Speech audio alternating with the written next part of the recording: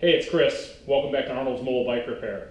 This is the next video in the Upgrading Your Drivetrain series, or as we call it here at our house, Fixing Up Drew's Bike. Today's video will be just the differences between what we took off of the bike, the old parts, and the new parts that we're putting on.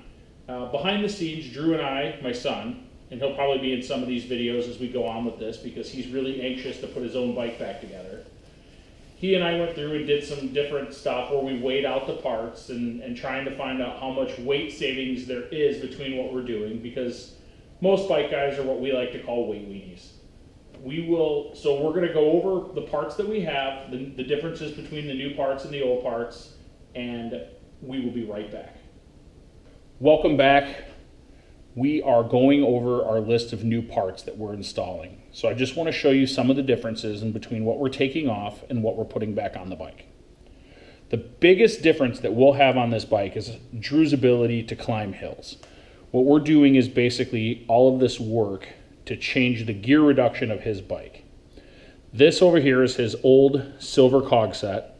Had a 34 tooth first gear. Cog set, cassette, call it what you like. It is a cassette, not a freewheel.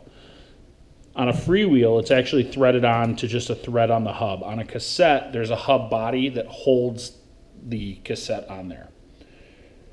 So this one has a 34 tooth first gear and an 11 tooth eighth gear. The new setup we're going to has a 42 tooth first gear and an 11 tooth. So a little more torque for him, little more ease of hill climbing. And with some of the places we ride in the XC style hills, there's some pretty big climbs. So having this new gear ratio is going to be a big deal for him. So that is the difference in the cassette. Now over here we can see the shifters. These are the new 10-speed shifters. These are the old 8-speed shifters.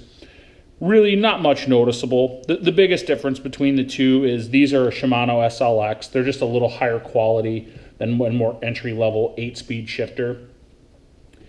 And they have 10 clicks for the rear, to where the old rear shifter only could click 8 times, so that it was for an 8-speed. So that is the difference on the shifters. Big difference comes in here on the crankset and the bottom bracket. This has what is called a hollow bottom bracket. Hollow all the way through, very light. The new crankset was almost 300 grams lighter than this old, heavy, not steel, still made of aluminum, square taper bottom bracket, very heavy arms, non-changeable chain rings. Everything's riveted together, can't be disassembled if you wanted to re-gear. This new set, everything is bolted together, much lighter, and actually, even though it's lighter, it's quite a bit stronger and is going to help Drew with the reduction of weight on his bike.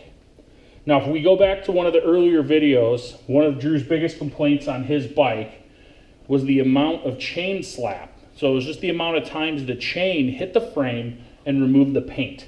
The big upgrade here is to this Shimano SLX rear derailleur from this old Shimano Acera. Both made by Shimano, both good quality derailleur.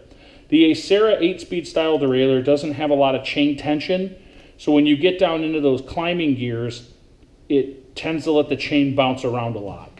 The new SLX derailleur has what is called dynassist, or a clutch. So it's not hard to move, but you can flip this switch and turn it on, and it really locks in and slows that chain slap down.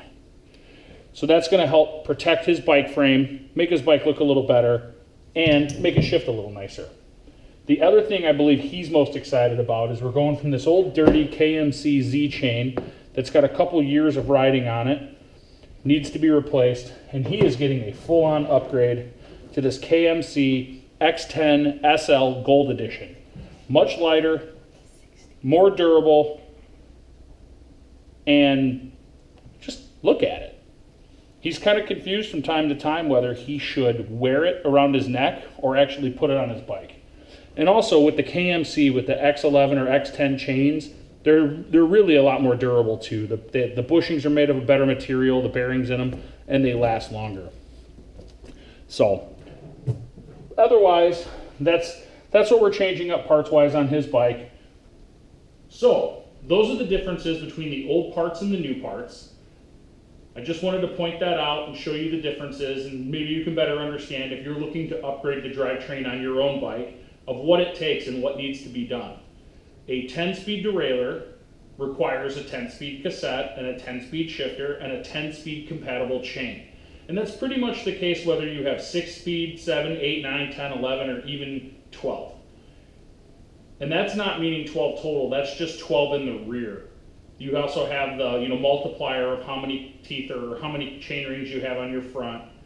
So like I said, on this new setup that Drew has, it will be 30 speeds total from his old 24. And maybe he won't use all of them, but it's the fact that it's an all-around bike for him. He uses it to ride around the neighborhood. He uses it at the dirt jumps. He uses it at the bike park. He rides this bike all over the place. So having a ton of options and kind of a bike that we consider to be a one-piece quiver, so to speak. One machine does most everything you need it to do.